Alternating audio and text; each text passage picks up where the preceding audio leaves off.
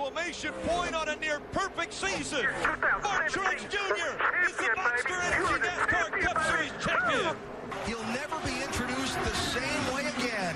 From now on, it'll be Will Power, Indianapolis 500 winner for 2018. Checker flag. Power and Penske win it. Kyle Busch. And here comes Larson. Larson to the bottom of the track. Slide job. Trying to take the lead away. Slide job.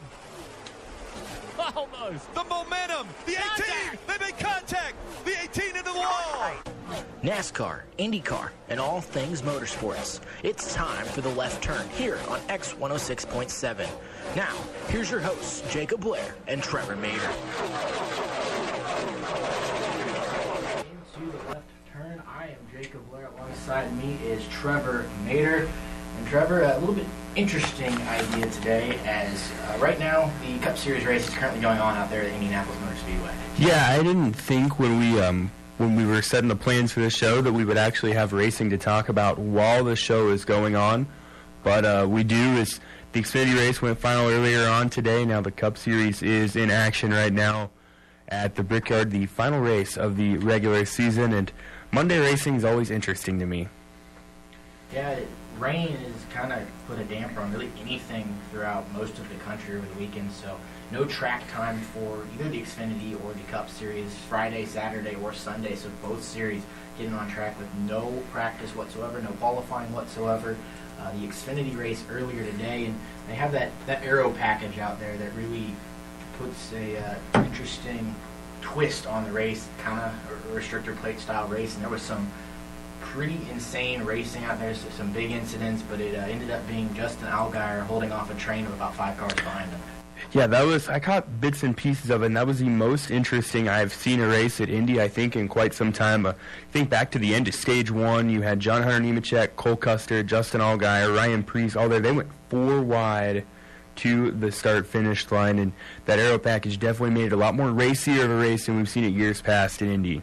Yeah, so, it was Justin Allgaier that ended up winning. He outlasted his teammate Tyler Reddick. Reddick was trying to find a way to get a run on his teammate, but Allgaier just seemed to be, have just too good of a car through the corners. He could gap Reddick enough. Ryan Blaney didn't seem to have the speed on the straightaways to push Reddick, and then there was Daniel Hemrick, Matt Tifft, and then Christopher Bell was back there as well. Some early contenders in it was Ty Dillon and Elliott Sadler. They got in a big incident battling for the lead in Stage 1. Cole Custer was involved. He took a wild crash. Yeah, Cole Custer took a big hit off of turn number 2, tried to throw a block on Brandon Jones. Brandon Jones caught him in the left rear and sent him to the end of the wall. And then later, Ryan Preece took a wild ride as well, getting into a tire barrier. And that's one thing about Indy is they do so many different things there. You've got there's some walls that kind of jut out, so they got to put some different barriers out there to keep everyone safe. And it was Ryan that got into a tire barrier, went for a little bit of a twirling ride there. But again, Justin Allgaier picks up the win out there in Indianapolis. Yeah, Allgaier's kind of having a career year. I believe this is win number 5 for him on the season. He won at Iowa earlier this year. He picked up a pair of wins on the road courses. Also the win earlier on the season at Phoenix.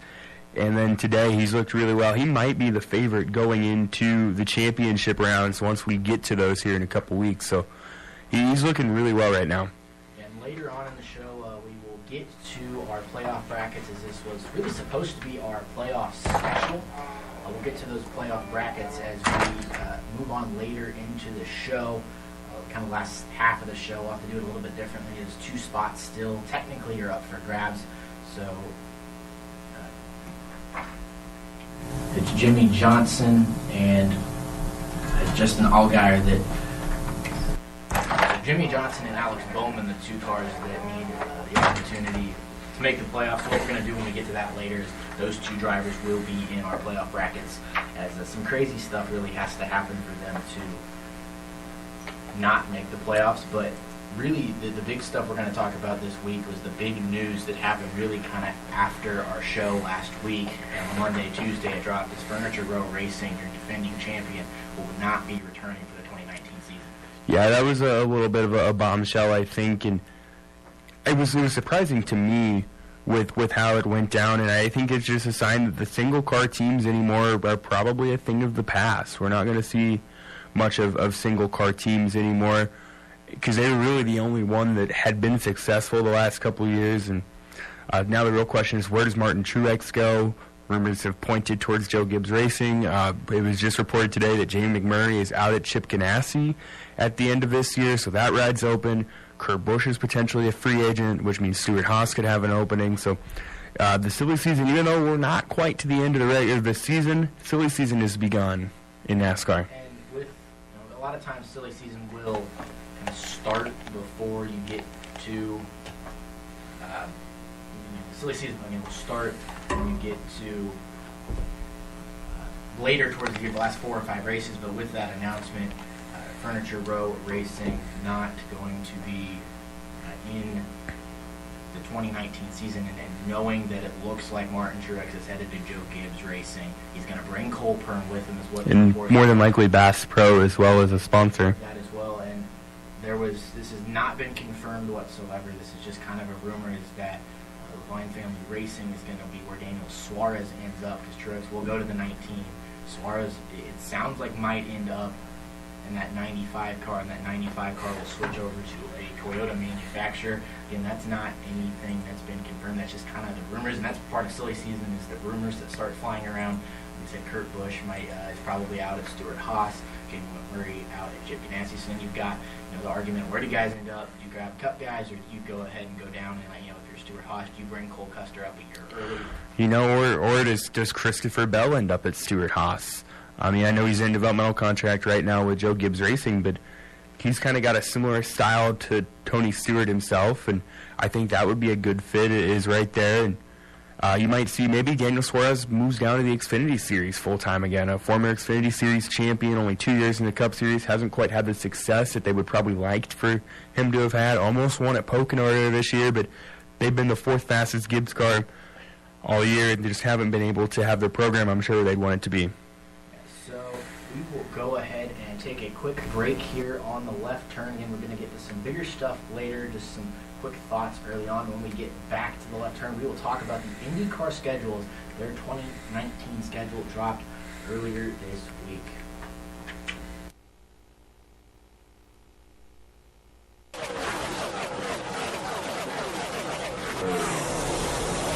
Welcome back into the left turn. I am Jacob Blair. Alongside me is Trevor Maeder. And Trevor, as we are back now, we are looking at the IndyCar season as they will start their last race of the year this weekend at Sonoma. But the big news came out on Tuesday, and that was the new 2019 schedule. And there's some pretty cool highlights on that. Yeah, it's always interesting when the IndyCars release their schedules, because in years past we've seen them kind of shy away from as many oval tracks. It used to be about half and half with the oval and road courses, and I even remember back in the late 2000s when it was pretty much all ovals, save for Watkins Glen and Sonoma and maybe 1 or 2 other road courses. But now they've got a lot of road courses on there. Not like a bunch of big changes. I think the ones that are important to note is no more Phoenix, no more Sonoma. They have added Laguna Seca that'll be the championship weekend, and then also the Circuit of Americas in Austin.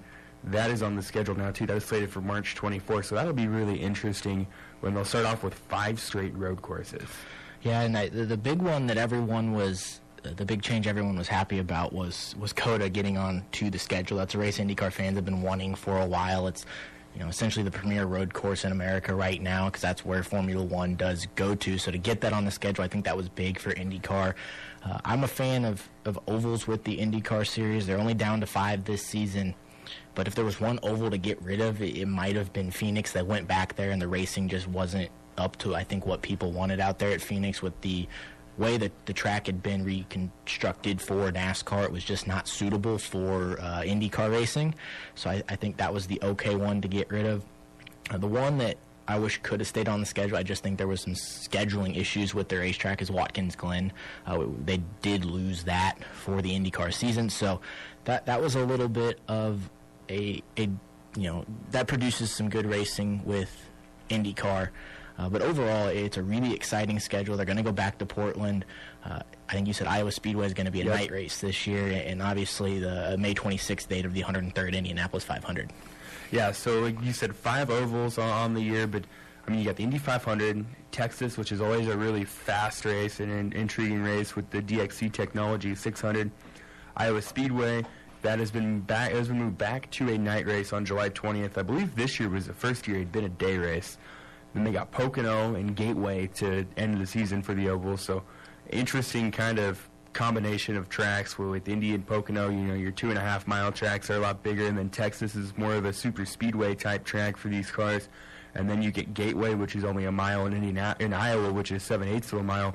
So kind of a nice mix. And I'm really interested in Laguna Seca being the championship race for the Indy cars next year. They had ran there back when it was kart up until 2004, and we've seen a lot of MotoGP stuff there and sports car championships, but we haven't seen open wheel Indy cars there in a long time, and that'll be interesting. Yeah, so again, the 2019 IndyCar schedule came out, and the big one that everyone was really, the big reaction that got something out of everyone was COTA being added to the schedule. And again, that's Circuit of the Americas, and they're in Austin, Texas. In the IndyCar series, it's not quite over for the year yet. We got one more race, and it's a big one this weekend out at Sonoma. Scott Dixon currently holds a 29-point lead over Alexander Rossi, and those are really your two drivers battling for the championship. Double points this weekend, so not anywhere out of the realm of Alexander Rossi jumping Scott Dixon and taking home the IndyCar title. And I think we're going to see Rossi be really aggressive this week because he's got nothing to lose and everything to gain. The double points does make it really interesting because, like we talked about last week, without the double points, he's on the outside looking in of that championship. 29 points would be quite a mountain for him to climb, but with one race, 100 points to win, and I believe third is 70, so if he wins and Dixon finishes third and someone's between them, Rossi would have the edge. I think they're going to throw things at it with qualifying set up too, maybe try to get that extra point. You want to lead as many laps as you can to get those bonus points there too. I think we're going to see that Andretti team be really, really aggressive on Sunday, and it should be a whale of a race, assuming both of them can finish. That's what you always hope for in a championship battle like this, is that something strange doesn't happen that thwarts one of them's opportunity to make it exciting for the fans. And the IndyCar series is one of those series you get something a little bit different than you do in everything else. We've seen the NASCAR Cup Series. You get to Homestead at the end of the year. The 4 cars that are in the championship 4 generally are the ones that are running up front. With the IndyCar Series, you've still got 20 other guys that are extremely fast. The IndyCar Series is one of the most competitive series out there right now. So it's not going to be Scott Dixon and Alexander Rossi battling for first and second and running away from the field. Will Power's going to be there. Joseph Newgarden's going to be there. Ryan Hunter-Reay, he'll throw his hat in there. Simon Pagenaud won there last year. I mean, so there's going to be a lot of cars there. Takuma Sato, who just came off a win at Portland. There's going to be a lot of guys up there that are going to try to throw a monkey wrench into things, and it'll be really, really interesting. Alexander Rossi's never really been in this situation before in the IndyCars, looking for that first IndyCar title. Scott Dixon, he's as familiar with it as anybody, looking for title number 5. And I'm really excited to keep an eye on that this weekend and see who can get it done there. And I believe technically Joseph Newgarden and Will Power have not been eliminated, but they need a lot of help. A lot of help, as in Scott Dixon finishing last and Alexander Rossi. Basically, the two need to take each other out on lap 1 for Will Power and Joseph Newgarden to have a shot. And then one of those guys would have to win, is pretty much what it comes down to. So a little bit of a long shot for those guys. They kind of hurt themselves last week with the runs they had at Portland, particularly Will Power, who we talked about last week, lost a gear and ended up crashing. And Newgarden just didn't really have the speed all day to be. He had speed early on, but then his car kind of went away from him, and he ended up finishing 10th. So it put him on the outside looking in as well. But I'm super stoked for this upcoming weekend between those two, and I think it's going to be a really exciting, aggressive race, definitely for Alexander Rossi. Yeah, and another wrench that the IndyCar series throws into all of this is almost every road course race you watch, the strategy game comes into effect. When do the yellows fall? When you hit pit road, do you try to go one stop less than the rest of the field? So there's always those guys that are going to try those different strategies, try to catch some yellows that will make the rest of this really interesting when we get to Sunday. Yeah, it's going to be exciting for sure, even if you're not a fan of open wheel, and I know not everyone is. It's maybe a little bit more difficult for people to get into than your common stock car, even oval racing, but I think IndyCar most of the time they put on a great show, and a lot of these IndyCar championships in the years past have been really, really exciting, and I don't expect Sunday to be any different. Yeah, and one other thing with the IndyCar series is Robert Wickens, who had that horrendous crash at Pocono a while back now. He was officially named the IndyCar Rookie of the Year, as he accumulated enough points in that battle to really run away with it early in the season. But, just a little bit of positivity there for Robert Wickens, who's still recovering from his incident out at Pocono. Yeah, good for Wickens, and hopefully he can be back in a car soon and ready for 2019. He thoroughly impressed me earlier on this year. You go back to the opening race at St. Petersburg. He had the car to win and ended up getting caught in a wreck with Sebastian Bourdais with 2 to go that thwarted his opportunity to pick up the win. He had speed just about everywhere they went this year, and driving for Sam Schmidt Motorsports, and you got to think he's going to get that win at some point in the near future. Yeah, so the IndyCar Series will crown their champion at Sonoma, California on Sunday. That race will air at 5:30 on the NBC Sports Network. So the IndyCar will crown another champion. It's either going to be Alexander Rossi or Scott Dixon. Now we'll go ahead and take a quick break here on the left turn, and when we get back, we'll head into our playoff special, as we'll be picking both the Truck Series and Cup Series picks all the way through the playoffs. So stick with us here on the left turn on X106.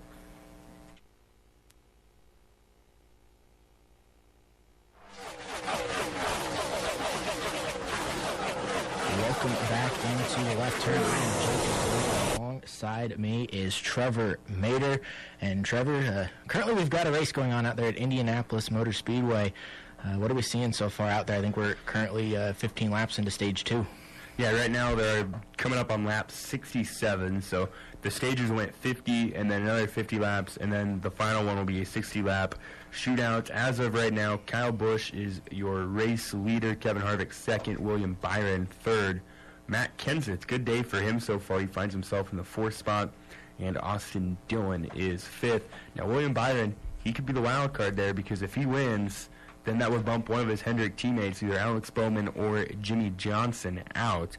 As they run, Jimmy Johnson is in 8th. Alex Bowman, a little bit more of a tough day for him. He finds himself back in the 16th spot. Yeah, and that's what makes the next little segment, or the rest of our show, a little bit challenging right now, as we plan to come into today to make all of our picks for the championship. The playoffs start next week, but the last race of the regular season isn't technically finished yet. So when we make our picks, we're going to go ahead and put Jimmy Johnson and Alex Bowman in those last 2 spots, because those are the 2 that have it right now. But like you said, if William Byron or one of these guys can grab the win, that'll knock one of them out.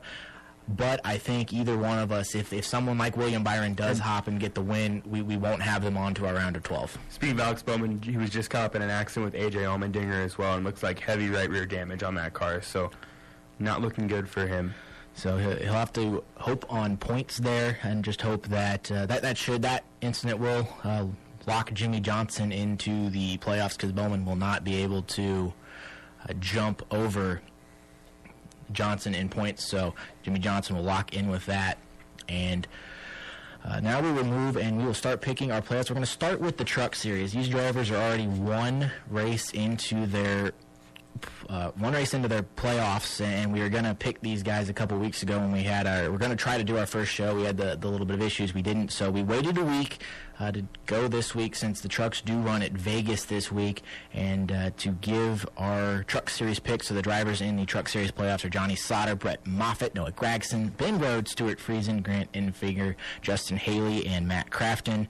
And Justin Haley has already advanced into the round of 6 for the trucks, but as we've got Vegas and Talladega left in the round of 8, Martinsville, Texas, and Phoenix in the round of 6, and then Homestead, obviously, for your championship 4. But, Trevor, who do you have moving on to your round of 6? Well, like you said, obviously Justin Haley's moving on already, and then you go to Las Vegas this week. That's a track that Ben Rhodes won at last year. He runs really well at those kind of intermediate tracks.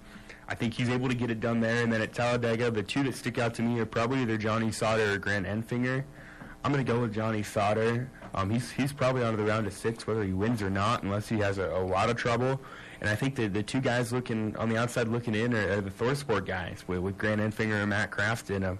They just haven't been consistent enough all year. They haven't been able to crack that win column, and I think they end up getting eliminated in the round of 6. Yeah, and the way I had this picked is I picked all of my picks before Canadian Tire Motorsports Park. So when Justin Haley won, I had him on the outside of the round of 6. He's now into the round of 6. So I have Johnny Slaughter, Brett Moffitt, Noah Gragson, Ben Rhodes easily advancing to the round of 6. And then with Haley making it to the round of 6, I think Grant Enfinger will slip into that final and 6th spot with his run at Talladega. He's going to be really strong there. He's a good restrictor plate racer.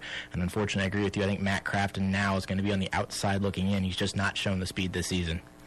Yeah, so you have, I believe, Crafton and Friesen on the outside looking in, and I've got Crafton and Enfinger. So not a lot of disparity there. Yeah, as the trucks then, the round of 6 again, it's Martinsville, Texas, and Phoenix to make up the championship 4. So, Trevor, who do you have from the Truck Series heading to Homestead? Well, when I look at Martinsville, if Stuart Friesen gets there, I think that track benefits him. I think it benefits Noah Gragson. Johnny Sauter's ran there enough that obviously he can be a factor in it. And Brett Moffitt, his car has been good at so many different types of tracks this year. I got Noah Gragson winning at Martinsville. At Texas, I'm kind of going with a wild card here, and Stuart Friesen. I think this is going to be a team that it's a single car team or single truck team. They're going to throw the book at things. They want to get to that championship 4 and maybe play spoiler. And then at Phoenix, I trust Brett Moffitt to get it done. And so I've got Gragson, Friesen, Moffitt, and then Johnny Sauter. They've got enough comfort room there right now that, barring a lot of bad things happening, I think they make it in, which means Justin Haley and Ben Rhodes are on the outside looking in. And I'm a little bit different from where Trevor sits. I think Johnny Sauter will solidly make it in. Brett Moffitt will make it in there as well. Noah Gragson will make it in. And I think Ben Rhodes will make it in as well. And the reason being for that one, I think he's going to run really well at Texas. He seems to like those 1.5 mile racetracks. He's had some bad luck there, but he always has a fast truck when he gets to the 1.5 mile. I think Texas suits him. He's going to run decent at Martinsville, run decent at Phoenix, and it'll be enough to put Ben Rhodes in the championship 4. So, again, I have Johnny Sauter, Brett Moffitt, Noah Gragson, and Ben Rhodes. And then we'll head to Homestead for the final truck race of the season. And, Trevor, who do you have as your Truck Series champion, the final year of what will be called the Camping World Truck Series? Well, I got to go with another Iowa guy in Brett Moffitt. They've kind of had a weird team this year as far as there's been. They've won 4 races, and you could argue that maybe 3 of those 4 races they shouldn't have won. Going back to Michigan and Iowa. But in Chicago, I think this is a team that if they get to Homestead being a single-car team, much like Stuart Friesen, they're going to try some different things and try to make their car as fast as they can. They're going to go in on it. Noah Gragson, I don't know how he will be in a one-race winner-take-all situation, given how aggressive he's been in the past. So I really think it's probably a 2-cat race between Brett Moffitt and Johnny Sauter, and I'm going to give the edge to Brett Moffitt and say he is your 2018 Camping World Truck Series champion. And I will agree with Trevor. I believe Brett Moffitt will wind up with the championship. And you said there was about 3 races that he maybe shouldn't have won, but then there's 3 or 4 he probably should have won that he didn't. That's a lot of times how racing will work. But Brett Moffitt, they're bringing fast race cars to the track. They're running really fast right now. Johnny Sauter is not necessarily, to me, hasn't shown the all-out speed, but he's shown enough that he's winning races because he's a 2nd or 3rd place car every single week. Brett Moffitt a little bit different. They'll either bring the fastest truck to the racetrack or more like a 6th, 7th place truck. But I think with Homestead, everyone brings their best truck. Everyone brings their best stuff. So Brett Moffitt will have the fastest truck there. Noah Gragson, I think, will be right around 5th. Ben Rhodes, to me, is the wild card because, again, it is 1.5 miles. I think he could run up front and challenge Johnny Sauter and Brett Moffitt. But, again, I agree with Trevor that the 2 that'll be fighting this one out with the final laps remaining will be Johnny Sauter and Brett Moffitt Moffitt will end up your champion, and that would do wonders for his career if he could walk away with the championship in a one-truck team. Yeah, I think it would, and I've always been interested to see what Moffitt would do with a higher level team. I know he had some runs with Michael Waltrip Racing a couple years ago, and Brian Vickers was out, and he actually looked pretty good at times as well. So it could really kind of jumpstart his career, resurrected, if he can get that Truck Series championship, because he's shown that he can win races this year. Yeah, so those are our Camping World Truck Series picks, and now we will turn to the big one, and that is the Monster Energy Cup Series. Again, they are currently racing out of the Indianapolis Motor Speedway for the Brickyard 400. Race probably getting close to, or if not, halfway done. They're at 30 to go in Stage 2. Yeah, so we're going to go ahead and make our picks. The first 3 tracks of the season are 3 tracks we haven't really seen in the playoffs, and that's Las Vegas, Richmond Raceway, and then the wild card of the round of 16, and that's Charlotte Motor Speedway. And that might not sound like it should be a wild card, but they are going to be racing on the Roval at Charlotte, and that's going to throw everyone for a loop. So an interesting round of 16 with the tracks that these guys are going to have to race on. Yeah, it's a wide variety of tracks, too, when you look at it. And I think it plays to just about every one of the championship contenders' strengths and weaknesses. When you look at Las Vegas, you think maybe a guy like a Brad Keselowski, a Martin Truex, a Kyle Busch, Joey Logano. But then you go to Richmond, it probably benefits a guy like a Kyle Larson, a Clint Boyer, Joey Logano even, one of those guys, Denny Hamlin. Then you go to the Roval, and really, I mean, we don't know a lot about what to expect from there because, these guys have tested, but they haven't actually got a race there. So then you got to go, well, which guys are normally the best road course racers? Well, Kyle Busch, Kevin Harvick, Brad Keselowski. And what we've learned from the test with the Rovals is these guys are as confused as everyone's going to be watching it. They kind of don't quite know what to happen. We've already seen some guys crash their test cars on the Roval in these test sessions. Guys are struggling with it. So it really is truly a wild card race that I think everyone might focus their attention on that one and try to secure their spot into the round of 12 before they get there, because I would not want to be a driver a couple points ahead of that cut line going into the Roval. So the 16 drivers, the 14 that are locked in are Kevin Harvick, Kyle Busch, Martin Truex Jr., Clint Boyer, Brad Keselowski, Joey Logano, Chase Elliott, Kurt Busch, Eric Jones, Austin Dillon, Ryan Blaney, Kyle Larson, Denny Hamlin, and Eric Almirola. The 2 that, unless something crazy happens today, that will be in the playoffs are Jimmy Johnson and Alex Bowman. And of those 16 drivers, Trevor, who do you have moving on to your round of 12? Well, it was kind of tough to really put it together. Obviously, you look at the top half: Busch, Truex, Harvick. Those guys have enough playoff points that they're easily going to get to the championship 8, I think. Then from there, I think maybe where you see the playoff points not matter as much as they did because there's been so many races. So I think when you go to Las Vegas, I'm going with Brad Keselowski. I think maybe they found a little something last week in Darlington. They probably didn't have the fastest car, but the way they were able to put things together, they get the win. Penske always runs really well there. At Richmond, I'm going with Kyle Larson to get his first win of the year. He really loves that track. Dominated last year. He always runs fast there. I think he gets it done. And then, like I said, the Roval, we don't know a lot about. So I got to go with the guy that is going to be consistent, or going to be a factor to win no matter where he goes, and that's Kyle Busch. So I've got those 3 picking up the wins. As far as on the outside looking in, I've got Alex Bowman, Jimmy Johnson, Austin Dillon, and Eric Jones. Bowman, Johnson, and Dillon all just haven't had the speed this year. Eric Jones hasn't been consistent enough at Las Vegas and Richmond, I don't think, for him to get into the next round. And I'm just making the cut. I've got Ryan Blaney, Eric Almirola, and Chase Elliott. Yeah, so I agree with the top guys. Is just the sheer amount of playoff points that they have more than everyone else, and we aren't going to really know how much more until the end of today's race when the regular season bonus points get distributed and all that stuff with stage winners and race winners. So I think it could be even more for Harvick, will be more for Harvick, Busch, and Truex than it shows up right now. So for sure, Harvick, Busch, and Truex, Kyle Busch will make it to the round of 12, and I have Clint Boyer will solidly make it in, Brad Keselowski, Joey Logano, Chase Elliott, Kurt Busch. I think Eric Jones will move on to the round of 12.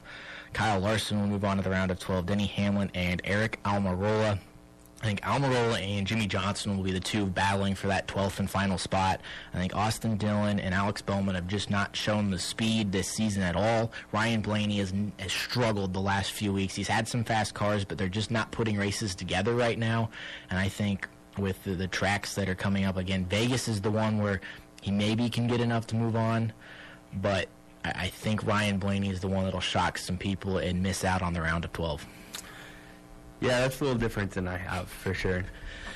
It's kind of all up in the air. Other than those top three, everyone else is pretty even. So when we look at the round of 12 now, again, a big variety of racetracks. You've got the 1 mile concrete monster in the Dover. Then we go to the restrictor plate race out at Talladega, and then we go back to the 1.5 mile near us at Kansas Speedway. Again, a wide variety of these guys to play to their strengths. So if you're 12 that you have into your 12 heading to the round of 8, who makes the round of 8? Well, in the round of 8, and you mentioned those tracks, again, a different variety of tracks. And Dover, I think, again, that's a track that benefits Kyle Larson, just the way he drives. Talladega is the big wild card here. I missed the first year or two of the playoffs when that was the cutoff race, because if you weren't a full race ahead and hadn't won a race, it was totally up in the air. I think maybe it was wise for NASCAR to move it away, but at the same time, it took away some of the entertainment from it. I think some of the drivers forced NASCAR to move it away from Talladega at the cutoff race. A strong possibility. I'm going with Brad Keselowski to get the win at Talladega. Penske's have just been so fast there, and they always find a way to be up front, whether it's Keselowski or Logano or even Ryan Blaney. And then at Kansas, I got to go with Martin Truex Jr. He dominated the field last year, and I think that the top two guys at Kansas the last couple times I've been there have proven to be him and Kyle Busch, and I'm going to give the edge to Truex. On the outside looking in, I have Eric Almirola, Clint Bowyer, Kurt Busch, and Chase Elliott. I think this is a round that maybe kind of sets those guys back a little bit. And so my championship 8, I've got Kyle Busch, Martin Truex Jr., Kyle Larson, Kevin Harvick, Brad Keselowski, Joey Logano, Denny Hamlin, and I have Clint Bowyer in both. Ryan Blaney is my other championship 8. Yeah, so we were starting to vary quite differently in our predictions for how this is going to go, other than NASCAR's big dominating 3 of the season in Kevin Harvick, Kyle Busch, and Martin Truex Jr. I think those 3 will, again, the playoff points they get, because it resets, but then you get to use your playoff points all the way until the championship 4. So they're going to almost have a half race or so, or 3/4 of a race or so, more than everyone else as they head to these races. So that'll benefit Truex. And when you talk about Truex, the whole Furniture Row racing thing shutting down, I think that will hurt them a little bit in terms of performance. They're not going to be 100% focused, but Martin, again, those playoff bonus points he's got will carry him to that championship 8. And then I have Chase Elliott making it to the championship 8. Kyle Larson, Eric Jones, Brad Keselowski, and Clint Bowyer.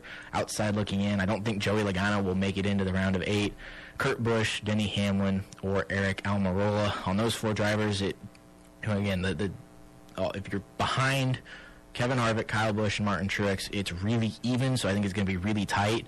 And the tracks that we're going, the series is going to, other than Kansas for Joey Logano, that's the one where he can prove, blow my predictions up.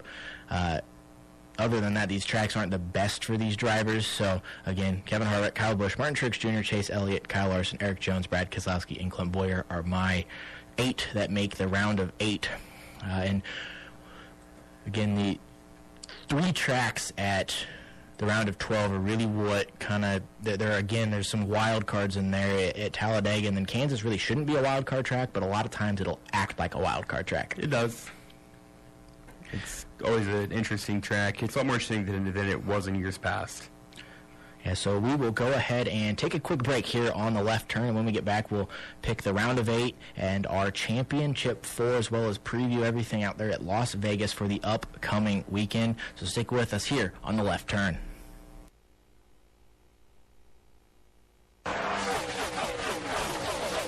And welcome back into the left turn. I am Jacob Blair. Alongside me is Trevor Maeder. And Trevor, again, we've got that Brickyard 400 going on out at the Indianapolis Motor Speedway. If you wouldn't mind, go ahead and give us another quick update on what's going on out there. Yeah, right now they're on lap 81 of 160, so they're just past halfway, 20 to go in stage 2. Kevin Harvick in control right now, 1.3 seconds ahead of Clint Bowyer. Ryan Blaney 2 seconds back in third. Kyle Busch working his way through the field. I didn't totally catch what my guess is. He pitted. He finds himself back in 16th. Brad Keselowski also back there as well in 17th. Jimmy Johnson 18th. So right now everything kind of running as we would expect. Yeah, so before we left for that quick break, we were picking our picks for the 2018 NASCAR Playoffs. We'd worked our way to the round of 8, and that's where we will start now, as the round of 8 includes Martinsville, Texas, and ISM, also known as Phoenix. Those 3 racetracks. So again, you'll get a variety. You'll get the little half mile, the big 1.5 mile, and then a mile racetrack with those 3. And just to talk about the racetracks a little bit, Martinsville, Texas, and ISM, all 3 of these tracks kind of suit drivers differently in the round of 8.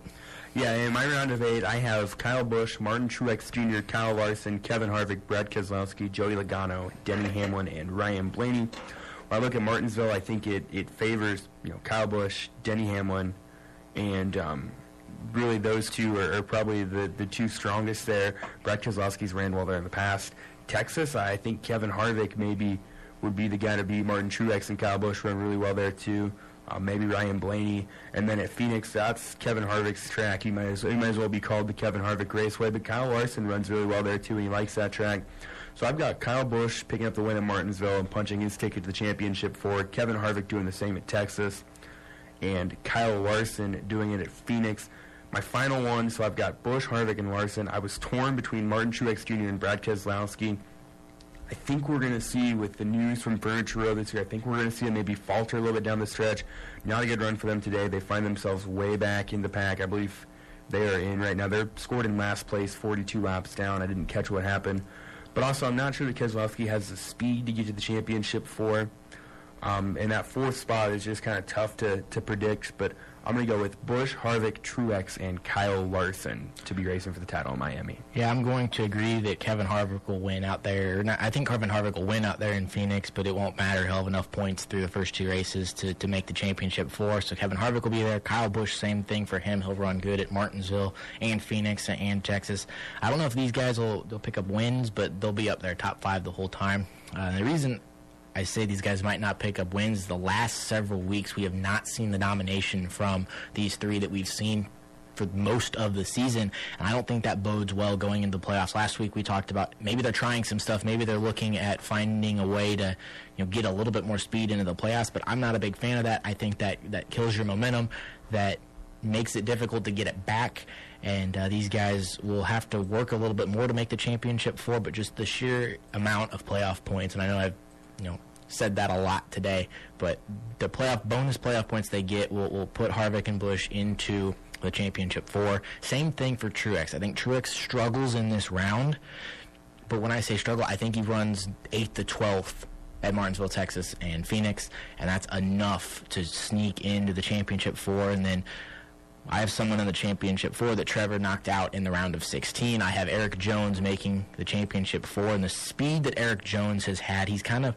different from some other people. He's had a lot of speed and not put together the finishes, and I think he starts putting together these finishes. We've seen him running top 5. We've seen him battling for the lead the last couple of weeks, and then you look at the end results, and he's 12th, he's 13th, he's 8th or 9th. I think that stops for him, and he sneaks into the championship 4. Yeah, that's an interesting one. I thought about when I was looking at mine. I thought about Clint Boyer. He's a really big wild card in this. He's been running consistent all year. He won at Martinsville earlier this year. He's had success at Phoenix in the past. Kurt Busch as well. He's been sneaky consistent all year. Let's have the Stewart-Haas cars in general. I keep waiting for Ryan Blaney to break through and get that win. And Chase Elliott, too, ran well at Phoenix last year, and he really runs well just about everywhere. Should have won at Martinsville last year, didn't, but it's just going to be interesting down the stretch with the amount of playoff points these guys have accrued. There's a legit possibility that we already know 3 of the 4 that are racing in Miami for the title. And I think we do, but the last several weeks have shown me that these playoffs could be extremely more wide open than we thought they were going to be 4 or 5 weeks ago.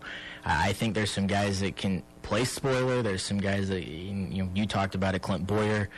I mean, even Eric Almirola, he's put together some strings of runs. These are 3-race mini-series to just move on to the next round, and some of these guys can put together 3 good runs, sneak into the next round, and then you never know when you run into a win. It's the NASCAR Cup Series. There's some things that can happen, late race restarts, rain, as Clint Boyer found out in Michigan. some things can happen that you can pick up wins. So as long as you just focus these 3 races, move on to the next round, anyone can be there. And so when we get to Homestead, again, the championship race, 4 drivers enter. It's just whoever finishes the best ends up winning the race. There's no extra bonus points. Nothing on the line other than who finishes the race in front of the other 3 is your champion. So, Trevor, who do you have as your 2018 NASCAR Cup Series champion? Well, he has to get there first. And that's an honest conclusion, too, is he has to get there first. And that's Kyle Larson. Because no one has been as fast at Homestead the last couple of years than he has. Best is a track that for some reason he's always ran super well at, but never had the good end result. And I think if they get there with the chance to win the championship, he'll be able to get it done. And Kyle Larson, in a year where maybe he didn't have the business winning the championship, having not won a race going into the playoffs, I have him peeling off 3 wins and picking up the championship. Wouldn't be the first time we've seen that. Tony Stewart, you go back 2011, he didn't win a race coming into the chase, and he said, we're terrible. We're just taking up a playoff spot. Well, then he rallied off 5 wins and beat Carl Edwards in a tiebreaker. So I've got Kyle Larson as your 2018 Monster Energy Cup Series champion. And it was hard for me to go pick against Kevin Harvick, Kyle Busch, or Martin Truex, and really Kevin Harvick and Kyle Busch. But then I thought about it. Well, these guys are going to be so focused on each other and so worried about beating one another that 4th driver, whoever ends up not being Kevin Harvick, Kyle Busch, or Martin Truex, is going to have a really good shot at Homestead to just play spoiler, kind of sit 6th all race long, and at the end of it do kind of what Brad Keselowski did at Darlington and sneak a win. And I think that'll, with what I've got, Eric Jones will be that person. I think Eric Jones will surprise everyone and end up your Cup Series champion. But I don't think the champion this year is going to be one of those 3 because, like I said, I think they're going to be really focused on each other. And that doesn't, it's great for watching it when you watch, the rivalry of guys, going up against each other thinking, hey, you're the fastest out here. But there's a lot of other fast cars out here that have gotten faster throughout the season and started to catch up to these 3. And I think whoever's in that 4th spot will get the championship at Homestead. So you're going with Eric Jones. I'm going with Kyle Larson. This is totally different than I anticipated us going when we talked about it last night as far as what we were going to do for today's show. So I'm just glad we both didn't come out and pick Kyle Busch or something. Yeah, that would have. It makes it more interesting. It makes it where we're hoping for some fireworks, I guess, is what we're both being hopeful that it's going to be different than what everyone really expects. I think both of us sit here and go, well, we're saying Kyle Larson and Eric Jones, but really it's going to be Kevin Harvick or Kyle Busch. Yeah, I mean, you're not wrong. Yeah, so with the short amount of time we have left here on the left turn, we do have a weekend of racing coming up out at Las Vegas. The Trucks World of Westgate 200 will be on Friday. It's 134 laps. It'll be on at 8 o'clock on Fox Sports 1. Real quick, Trevor, who is your pick to win that race? At Las Vegas this week? Yep. I'm taking Ben Rhodes. Just the way he runs at those types of tracks, Kentucky, Las Vegas, Texas. I'm going to go with Ben Rhodes. I've got Ben Rhodes as well, winning the truck race and locking himself into the round of 6 for the Trucks. The Xfinity Series, they will also be at Las Vegas. They've got the DC Solar 300.